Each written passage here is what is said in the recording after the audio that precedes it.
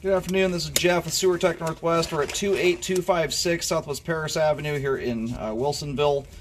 We're located, first off, I describe everything as if you're facing the front door.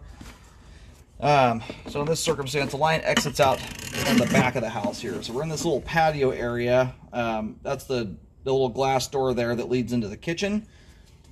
So right in this gravel spot here, just barely after the concrete patio ends, you got a 3-inch ABS clean out.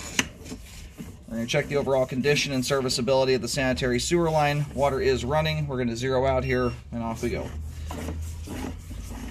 Looks like we got some hot water going to the line. We'll clear that out when we reel back in.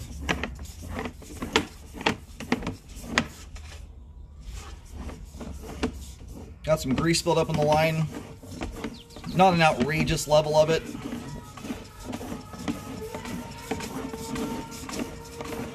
Partially point that out just for educational purposes so you can see just how grease builds up in your pipe, and that mostly comes from the cooking process, fats, greases, and oils going down the kitchen sink drain. We're probably just about to hit a transition here. Got a little standing water in the line, which we will take a look at on the way out when the line is fully drained.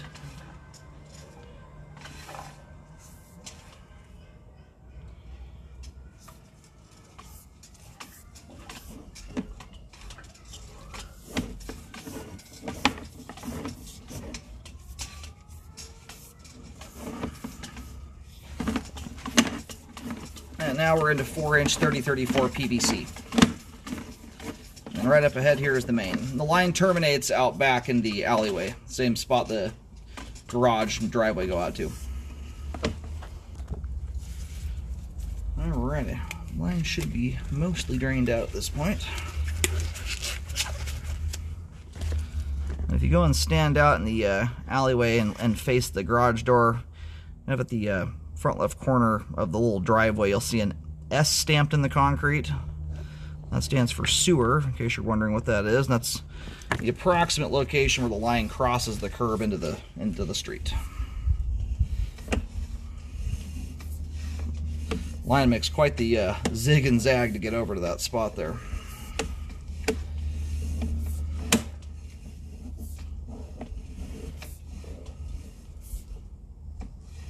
Anyway, that kind of tan brownish stuff in there is grease buildup. After as many scopes as I've done, it's almost 25,000 at this point. Grease has become something I'm a lot more concerned about, honestly, than I am a lot of structural issues. For instance, like the belly we're going through, or just about to pull through right now, is likely a good example of this. Let's see here how well this thing's drained out.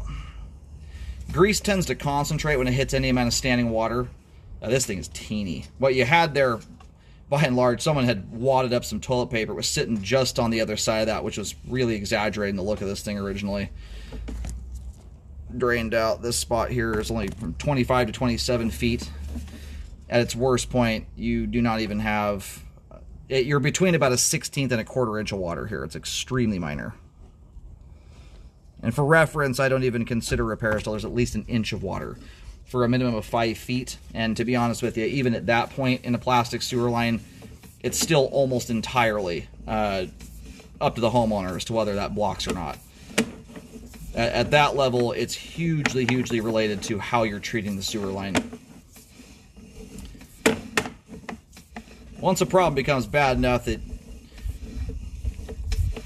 you can treat the line nicely and it will still potentially block on you, that's where I get a lot more concerned about them. That kind of belly right there has almost no bearing on functionality at all. And about the only thing you'll see build up there, you can see how this part of the line's looking pretty good with grease. This is not a line that's had a lot go down it, is why. But grease likes to build up when it hits any amount of standing water, whether it's a 1/16 of an inch or 3 inches. It floats to the top of the water and rapidly pools down at the exact same time. So you'll always get heavier buildup in those locations, much exaggerated buildup. And there's a little bit of standing water right there because someone flushed some toilet paper. They got stopped on my camera cable. So you've got a little toilet paper dam sitting there. That's all that is, that standing water at the base of the cleanout. Upon the first drop into it, there was no water there originally. So, and we just ran backwards there till we went to the foundation wall. Nice looking sewer line. It's got the world's tiniest belly in it. and that's about it. Way, way, way too minor, in my opinion, to need any kind of repair work. And the grease buildup, it's not an outrageous amount. You know, would it hurt to clean the line? No. It wouldn't be a terrible thing to do, but at the level this is right now, that kind of grease buildup, about the only thing it would do would be to cause something that's already going to block the line to block more stubbornly. It's not the kind of grease buildup that's going to go causing problems on its own. You would have to be helping that along quite a bit. So, not a huge concern. It's not one I'm going to just go right ahead and recommend a repair, or I'm sorry, cleaning on the report, but, you know, not a bad thing to do. If you know you put a lot of grease down the line, if you do a lot of cooking that way or fat frying, ideally you want to just keep it out of the sewer line in general, but some households it does get down the line. You can always clean it out, rescope periodically to see how it's looking, and clean as needed. But if you're you know, pouring it into a jar and stuff like that, or into a coffee can, wiping the pans out with a paper towel, you can keep the buildup from ever occurring. Anyway, good flow all the way to the main. All the pipe we just scoped there is in good condition, has good flow, and is functioning properly at this time.